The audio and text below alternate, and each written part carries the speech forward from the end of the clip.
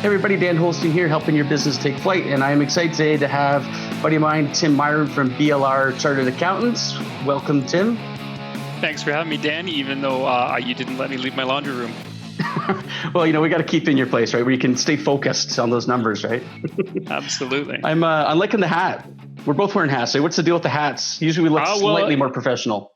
I'm 45 days into working from home and haven't been able to get a haircut. So it's the flow is getting a little out of control, and this is the only way to keep it looking semi-professional. Now, you're not getting to the dangerous mullet territory, are you? No, more like Mo from the Three Stooges. Okay. Yeah. It's nice. It's down past my eyebrows now if I don't get rid of it.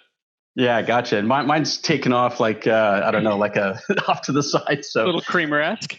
Slightly Kramer-esque, maybe just a little less curl. But anyway, so tell us a little bit about who you are and what you do and your ideal kind of client. Who do you look after? Yeah, sure. No, so I'm a partner in an accounting firm, but I tend to love to focus on and work with what I call empire builders, right. People who run a business or multiple businesses, but have the idea of taking those systems that create the real value and the real profits and the real wealth, and then they want to return that into additional abundance, whether that's more businesses and more wealth for their family, and also it's often a bit of that and a combination of community improvement and philanthropy. And those really abundant minded people are a lot of fun to deal with. Awesome. So kind of conscious capitalism growing, but it's not just for growth's sake. They want to have a positive impact on the community at large as well. Yeah, no Scrooge McDucks. Awesome. Good stuff. So empire builders, entrepreneurs, what's sort of the key hallmarks that you see of an empire builder or a entrepreneur? What's some of the things that drive them? Recently heard in a book that the definition of an entrepreneur is really somebody who takes a bunch of inputs and uses the combination thereof to create additional value into that. That's one of it. My thought is this: people who aren't looking to run a business where they're working in the business, but that can organize a business and a bunch of systems and a bunch of other people where the business can run more or less without them, or at least without them enough that they can still take vacation, is kind of the definition of an entrepreneur. And then the empire builder is the person who's looking to take that ability and knowledge and systems and then amplify that by doing it over and over again through different ones or different avenues, I guess. Gotcha. So you touched on a really key thing there, and I'm sure you see this a lot, as do I. Business owners who are really busy working like in their business, and they may want to work on it, or develop those processes and systems to attract the great people, but they get stuck in because they're good at the technical things. So I think that's a really key distinction, that the business has to more or less work without them to really be considered a business and them to be an entrepreneur. Right, because otherwise you just have a job, but instead of having one boss, like maybe you did when you were working somewhere else, you have 100 or 200 bosses, depending on how many clients you have, if you're the one who has to serve them all. Right. And then we get on the golden handshake, or pardon me, golden handcuffs treadmill kind of thing, where you got to constantly get the work, do the work, get the work, do the work, as opposed to having the systems to bring it in for your team to do.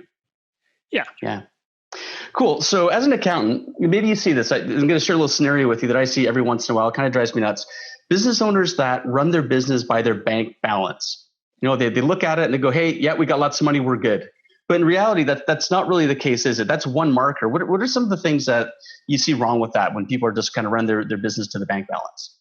Well, because that's a historic accumulation of what's in your bank balance, but it's also not including what bills are about to come out, right? So I have businesses that their bank balance looks really good twice a month and looks $40,000 lighter the following day because that's when payroll came out, right? So if you're just looking at that, you need to watch your bank balance. You need to work on cash flow, but that can't be the only one.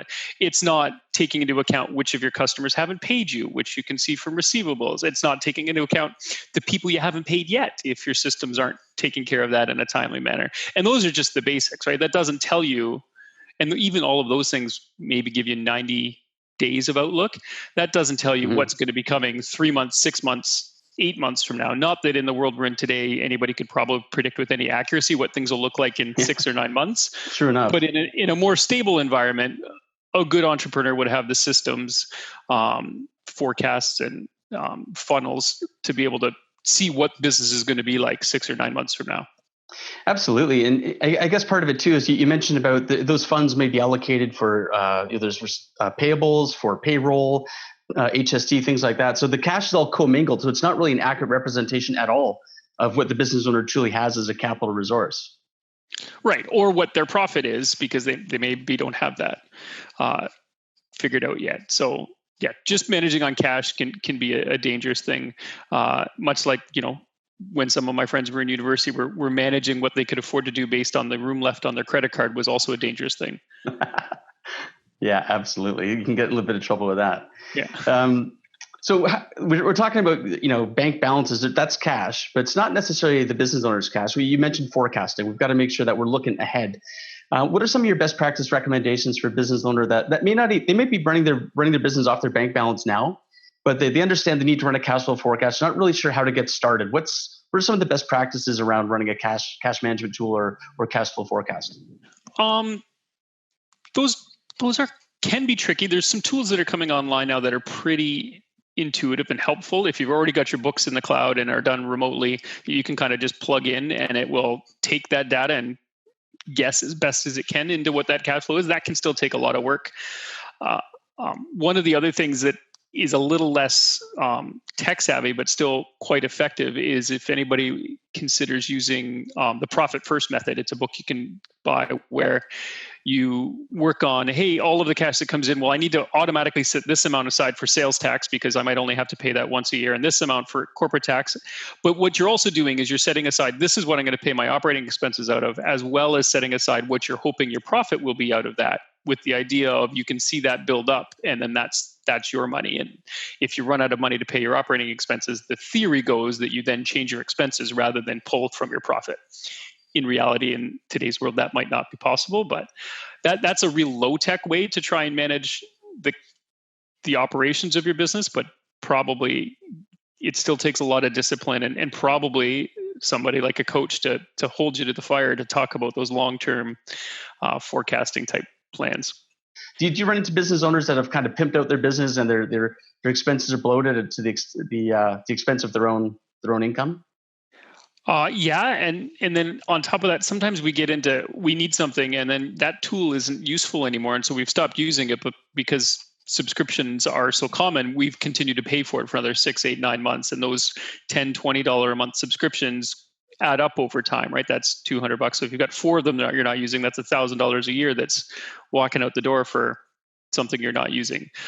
So that kind of go over those things, semi regularly is a pretty good idea. And the best control on that from a past expense point of view is to have some budget set so that every month you can sit down and compare your actual financial results to your budget and figure out where you went over and figure out why that was and what can be adjusted, or figure out where maybe you're under budget and maybe your budget was too high and you could be planning for more profit.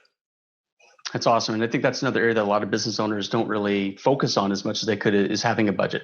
Is that something that you do with your clients? Like when you're onboarding one of your empire builders, do you sit them down and make sure that they have the proper cash flow forecast in place, that they've got a budget in place, and you have that discussion around the numbers, make sure that they're clear? Yeah, we've got some clients where we work through not just doing their tax returns, but also an ongoing relationship type business where we're helping them make more of money and helping them keep more of the money they do make.